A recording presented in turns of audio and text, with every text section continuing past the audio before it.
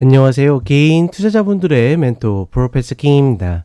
6월 25일 기술적 분석이 좋은 모닝 브리핑 출발해 보도록 하겠습니다. 자, 일단 미국 같은 경우에는 조금씩 밀리는 모습을 보여주고 있죠. 특히나 그동안의 전체적인 시장의 시세를 이끌었었던 엔비디아가 3일 연속 하락하면서 좀 조정을 받는 그런 모습을 보여줬고, 다만 이전에도 이야기 드렸지만 엔비디아는 1등을 한번 해본 거에 만족해야 된다라고 이야기 드렸죠. 전체적인 어떤 패턴이나 흐름을 봤을 때는 3등을 하는 것이 맞다라고 이야기 드렸고, 100불까지의 조정은 언제든지 나올 수 있다라고 이야기를 드렸습니다. 그런 모습이 생각보다 좀 빠르게 나왔을 뿐이지 지금의 흐름이 뭔가 특별하거나 다른 그런 모습들은 아니고, 그렇다 보니까 뭐 예를 들어서 우리 그 서학 그 미국 쪽 투자하시는 개인 투자자분들이 그건 엔비디아나 뭐 브로드컴이나 뭐 이런 쪽으로 이제 뒤늦게 굉장히 들어가는 모습을 보여줬는데, 그러니까 누차 이야기 드리지만 그렇게 추격을 했을 때 내가 좋았을 때의 어떤 폭보다 나빴을 때의 폭이 훨씬 더 클 가능성이 높기 때문에 그런 부분에 대해서는 반드시 리스크 관리를 해줘야 된다. 이미 이런 자리들 들어가시는 분들은 매도를 할 생각이 없을 가능성이 높거든요. 즉 컷을 걸 가능성이 없기 때문에 그런 분들은 적어도 비중 조절을 해 가면서 접근을 해야 된다. 뭐 이렇게 좀 이야기를 드리고 싶고, 결국은 지금 나스닥이 다시 그 마지막 만들어진 갭 자리에 딱 다시 와 있는데, 여기를 이제 디딜 것인가 깰 것인가가 굉장히 좀 중요하다, 이렇게 보시면 될 것 같습니다. 자, 한국 같은 경우에는 일단은 어제 코스피가 개파락 이후에 2781을 딱 찍고서 어떻게 됩니까? 다시 밀려 내리기 시작을 했죠. 주말에 라이브 방송 때도 이야기 드렸지만, 개인 투자자분들 입장에서는 이 위에서는 매수를 고민할 필요가 별로 없어 보인다, 이렇게 이야기를 드리고 싶고, 그러니까 딱히 그 매도 포지션이 강하다라는 느낌은 들지 않는데, 그러니까 우리 시장의 어떤 옵션이나 선물 쪽 구조가 2782에서는 명확하게 매도를 치는 애들이 나오고 있습니다.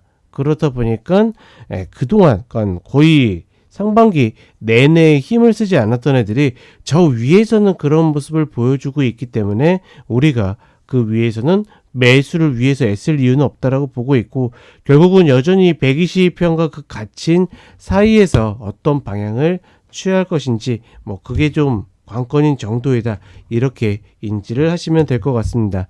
그리고 여기 지금 코스피라고 잘못 써있는데, 코스닥은 역시나 지금 2차 전지가 반등을 해줘야지 움직일 수 있다, 이렇게 보시면 되겠습니다. 자, 그럼 차트 간단하게 살펴보도록 하겠습니다. 자, 먼저 나스닥 선물 30분 흐름을 보게 되면 추세가 이탈한 이후에 120평을 닿지도 못할 정도로 계속 하단만 찍고 내려오고 있죠. 매도를 막고 있다라는 것이고, 엔비디아가 일단 꺾인 것이 기술주에는 가장 큰 영향을 미치고 있다. 다만 이야기 드리지만 엔비디아는 3등을 할 가능성이 높다. 그냥 기술적으로 이야기 드리는 겁니다. 펀더멘털적인 거는 뭐 누구나 알고 있고 누구나 할 수 있기 때문에, 근데 어찌되었거나 그렇다, 뭐 그 정도만 인지하시면 될 것 같고, 중요한 거는 이거죠. 나스닥이 마지막 만들어진 갭, 어제 딱 이 자리까지 내려온 겁니다. 이 구간을 아일랜드 갭으로 지키고 움직일 것인가, 혹은 아일랜드 갭으로 내려와가지고 갭 하락할 것인가, 뭐 굉장히 중요하다라고 보고 있고, 120평이 이렇게 양원 상단 이렇게 밟게 되면 만약에 빨리 내려오면 또다시 요거 리바운드 나온다라고 보고 있습니다. 뭐그 정도로만 인지하시면 되지 않을까. 그리고 한국 시장으로 오게 되면 코스피가 어제 개파락 해가지고 정확하게 2782를 고점으로 해가지고 윗꼬리 음봉을 만드는 형태이고, 계속 우리나라는 지금 음봉이 훨씬 더 많은 형태를 보여주고 있죠. 그러니까 이때 같은 경우에는 저 2781을 갭으로 타다 보니까 선물의 대량 환매수가 일어나면서 저렇게 움직이는 모습을 보여줬지만, 결국은 그러니까 저 위로 올라갈 수 있느냐 없느냐는 우리 시장이 좋다 나쁘다의 개념보다는 삼성전자가 위로 올라가느냐 마느냐에 따라서 단순하게 지수적인 계산이 되는 거기 때문에, 지수를 보고 지금 매매 의사결정을 하는 것은 굉장히 어렵다, 다시 한번 이야기를 해드립니다. 결국은 우리 시장은 요 사이에서 움직일 가능성이 높다. 그리고 코스닥으로 오게 되면 여전히 코스닥 지수는 지금 2차전지가 어느 정도 좌우하는 그런 모습을 보여주고 있고 여전히 반등할 흐름을 보이지 않다 보니까 밀려내리고 더군다나 2차전지뿐만 아니라 많은 종목들이 굉장히 어려움을 겪고 있습니다. 잘 나가는 종목들도 지금 윗꼬리 음봉이 발생한 종목들은 계속 밀려내리고 있고 그렇지 않고 바닥을 기던 종목도 저점을 이탈한 종목들은 밑을 알 수 없을 정도로 그냥 밀려내리고 있기 때문에 전반적으로 수급적인 어려움을 겪고 있다.